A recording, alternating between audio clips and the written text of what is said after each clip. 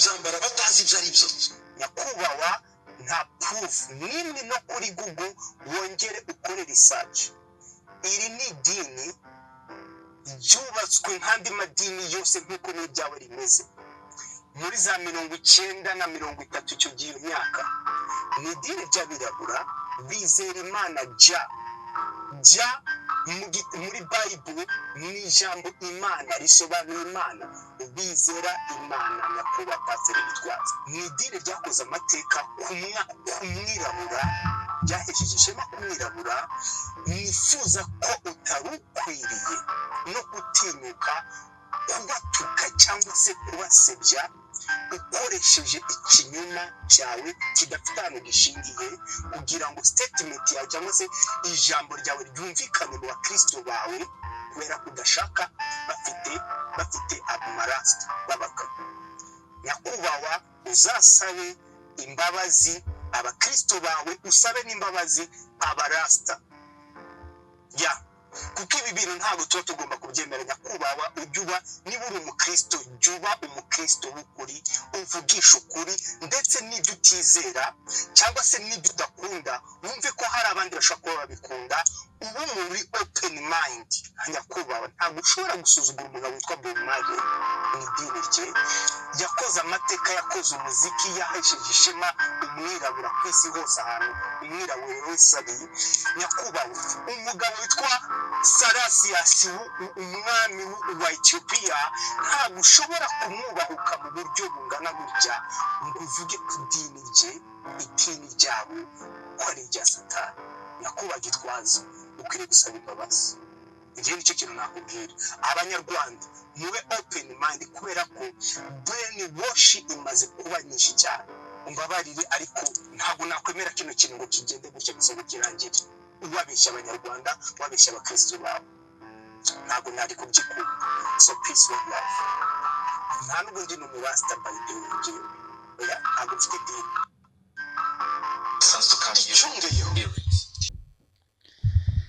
Yes, tubahaye ikaze mwebwe mudahwema gukurikira ibiganiro byacu umunsi ku munsi hano ku Save TV. Uyu munsi kabisa tubafitiye umutumirwa. Tubahaye ikaze mwebwe, turi kumwe nawe kuri mikoro, kuri telefone zacu. Allo, muratwumva neza? Ndakumva neza. Yego, tubahaye ikaze. Wenda ntabwo turi bujye mu myirondoro yawe. Nshaka ko tugira ni ikiganiro kiri open, uze kwirekura tuganire. Igitumye nguhamagara, twaganiraga cyane ku bijyanye n'ibyo Apostle Gitwaza yari amaze yatangaje mu minsi yashize. Byamaze kuba nka virusi mu bantu benshi, yaba abumva ururimi rw'ikinyarwanda bose biteye commentaire cyane, ku buryo bisa nkaho byamaze kuba nk'ariyo content y'iki cyumweru. Nabonye uwo bita Muchoma yandika avuga ngo kubera Apostle Gitwaza yavuze cyane kuri ngo kuba Rastafari ngo asabe imbabazi. Urabyumva gute? Urakoze cyane. Ntabwo Apostle Dr. Gitwaza yego ari umuntu ku rwego rw'iwe tuzi yuko yavuga ibintu bitari byo ibyo atazi. Yego biriya avuga ngo ni idini, afite reference y'ibyo yasomye, azi source yabyo, azi inkomoko yabyo. Yego, sin'uwo muntu nimba azi inkomoko yabyo yagenda akavuga nabo akaminyomoza mu buryo buri scientifique. Yego, akavuga ngo byavuye aha cyangwa ahangana. Ariko ku rwego rwa Apotre Dr. Gitwaza ntabwo biriya bintu yabivuze atabizi, atarabisomye. Urumva rero uwo nguwo ni ntabwo Apotre Dr. Gitwaza ashobora kuza hariya ngo gusaba imbabazi ngo ko uriya muhungu yabivuze. Numva ari ukutamenya cyane, kuko biriya ni ibintu bizwi kandi yabivugiye ku public, yabivugiye ahantu hagaragara. Ni umuntu uzwi, ni umuntu uvuga ibintu yasomye, ni umuntu w'umuhistoriye, ni umuntu usoma ayize histoire de l'église. Yego, wose rero bagenda batoragura ibintu ku mihanda yego bakabimira gutyo bumva ukuri bakagira ngo nibo babeshewe yego nimba afite ibintu by'amaderedi ku mutwe cyangwa se ibindi agomba kumenya n'inkomoko yabyo yego rero ntabwo ndi umuvugizi wa Apotre ariko Apotre Dr. Gitwaza ntabwo ashobora kuvuga ibintu yego bitari ku murongo atahazi neza inkomoko yabyo. Nabonye abantu benshi batangiye kujya mu mateka y'uburyo Rastafari yatangiye bashaka nyine kubiha indi sura bagaragaza ko ntaho bihuriye n'ibya Satani, ariko utubwiye yuko byanga bikunze nyine Apostle Gitwaza kuri level yiwe n'urwego amaze kugeraho atari umuntu wajya kuvuga ibintu atazi ku social media. Rero hari ibintu byinshi byandikwa uburyo umuntu ashaka kujya kuri Google akabyandika. Umuntu iriya ni Google ni impapuro zanyanyagiye ku isi umuntu ariko ukuri kwabyo kutaba ari kuriya usanga ibintu abantu baba batane. Yego. Ariko mu buryo buri spirituel mu buryo intango yabyo n'inkomoko yabyo. Rero urumva Apotre ni docteur muri theology. Yego. Bazi inkomoko ya buri kintu cyane na spirituality n'ikintu cyishe kuri buri kintu. Yego. Yababwiye inkomoko y'iyo misatsi, yababwiye inkomoko y'amaherena. Yego. Rero abantu bandika hejuru y'amaherena inkomoko yabyo usanga ari nziza ariko mu by'ukuri mu buryo buri spirituality ntabwo ariko bimeze. Yego. Rero abo bantu bashaka ibintu biscientifique hakaba n'ibintu rero biri spirituel bigiye bitandukanye. Scientifique umuntu ashobora gutanga ikintu ariko scientifique bigenda bihinduka. Yego. Bigenda bihinduka rwose.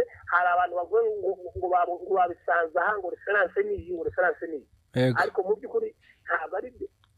Ni docteur nta muntu wamuhaye titre imeze gutyo uburyo usanga nta bitari byo. Iriya nkomoko rero ibintu banyanyagiza hariya ni ukugira ngo bayoboze abantu babisange hariya bumve ko ari byiza kugira ngo babikore. Yego. Ariko ni idini ya Satani koko. Ibi ngibi ntibyaba bigiye kwimira bamwe kwinjira mu nzu y'Imana bikandagira kubera wenda dread bafite wenda amaherena baramaze gupfumura.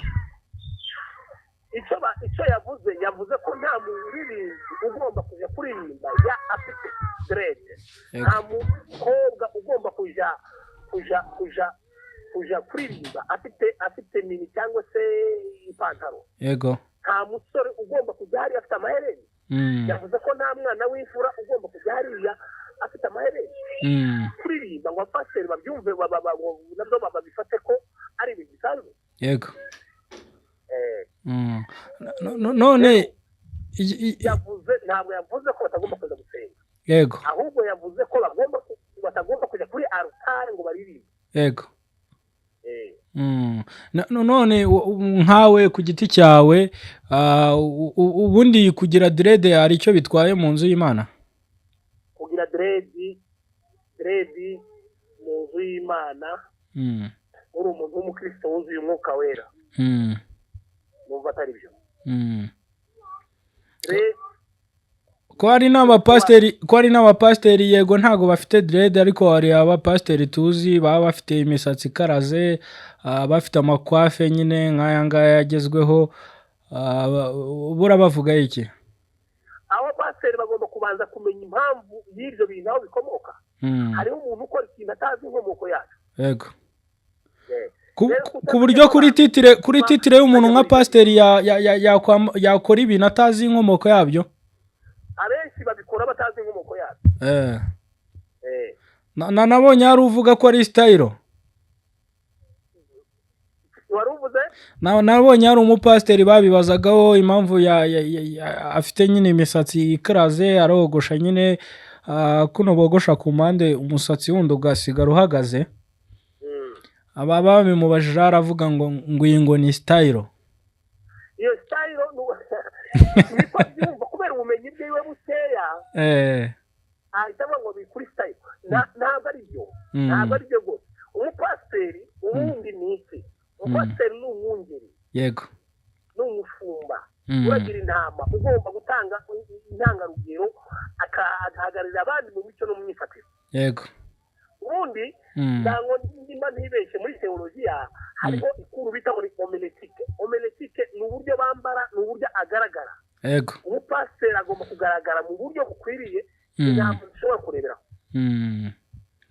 none iyi mico ko itahozeho dusigaye tubona n'abaririmbyi ba gospel ubareba nyine look yabo, uburyo bambara, uburyo biyogoshesha, uburyo bagaragara, ubu ngubu nyine biragoye cyane kumutandukanya n'umusitari. ni ibintu birimo biraganisha mu buryo bukomeye cyane. ubu ngubu umuririmbyi wa gospel biragoye kumutandukanya n'umuririmbyi wa sekira. Isano riri hagati y'umwuka y'umuco n'umwijima barimo baragenda babishyira hagati, ugasanga si umwijima si n'umuco. yego ibyo rero ni ukujijisha abantu b'umwuka kugira ngo ntibabashe gutahura ibintu neza na satani biri kwinjira mu nzu y'Imana. rero ibyo apotre yavuze ni ukuri. n'impamvu rero baba bavuga ngo birimo biravugwa cyane kuko ari ukuri kandi kuryana. yego barimo baravuga ko ari ukwimira abantu bababuza kujya mu rusengero. ntabwo ari ukwimira abantu kujya mu rusengero, ahubwo ni ukugarura abantu mu gukorera Imana mu buryo mu nzira nyayo.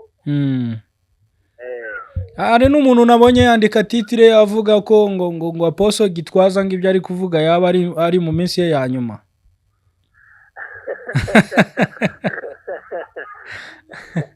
nibaza kuba ngo atari ugana iminsi y'umuntu yo kubaho, kandi sinzi ko ari we muntu ushobora gupima iminsi ya nyuma y'umuntu. yego iyo ni ibyo yavuze koko, ariko ibyo apotre Dr. Gitwaza yavuze ni ukuri bishingiye ku ijambo ry'Imana n'uburere bwa Kristo. none se abavuga ko ibiri ku mutwe ari byo by'iyo misatsi, ibiri ku mazuru ari byo by'ayo maherena n'amatwi, kwambara amapantaro acitse, amadeshire, bavuga ko bitandukanye n'ibiri mu mutima w'umuntu. bavuga ngo biri mu mutima w'umuntu nibyo bisesekara ku munwa. nibyo bisesekara ku munwa kuko ntabwo ushobora kuvuga ngo ibintu ngo bigaragara hano inyuma ngo si byo biri mu mutima. abadukurikira baze kwihangana, impamvu tutavuze imyirondoro yawe ni uko twaguhamagaye tugutunguye, ariko byari ngombwa ko twumva nawe icyo ubivugaho kuko nawe uri mu ba intellectuel dufite. ubundi Dr. Gitwaza, Dr. Apostle Gitwaza umufata gute? ni umukozi w'Imana kandi Imana yahamagaye muri kino gihe mu bantu bahagurutse. ayoboye ashunze itorero rya Zayoni kandi rikomeye cyane ku isi, rimaze kugera kure cyane. umuhamagaro wiwe turawemera, kandi ikindi cyongeyeho ni umu-intellectuel ukomeye cyane, n'umusomyi ukomeye dufite muri kino gihe cya none. yego yego none dusoza nirinze ko dufata umwanya muremure kuko twari turi kuri telefone. niye nama wagira, sindiri unabyita urubyiruko, kubera ko ibintu yavuze inama nababwira abashaka gukurikira inzira y'agakiza nibamara maze bajyane n'ibigenwa n'iyo nzira. yego ariko bareke kuzana ibindi bintu ngo babizane mu nzira y'agakiza kandi atari ibyo. yego boye gukunda iby'umwijima ngo babivange n'iby'umucyo. niyo nama twababwira. yego hari n'akandi kantu ntagenda ntakubajije. ese iyi myitwarire aba bapasiteri nta ruhare baba bayifitemo? abapasiteri kubera kuko abenshi navuga bitwara bene uko n'ubundi ugiye kureba uburyo bahamagawe nazo n'inyigisho zabo usanga zitajana abantu cyane cyane ku bakiza yego kuko inyigisho zikomeye ni imyifatire ni imigenzo y'umuntu kuruta ibyo avuga yego abo ngabo nabo bakwisubiraho bakarebera ku bandi bagiye bababanziriza guhamagara yego murakoze cyane ku kiganiro cyiza muduhaye murakoze cyane yego ibihe byiza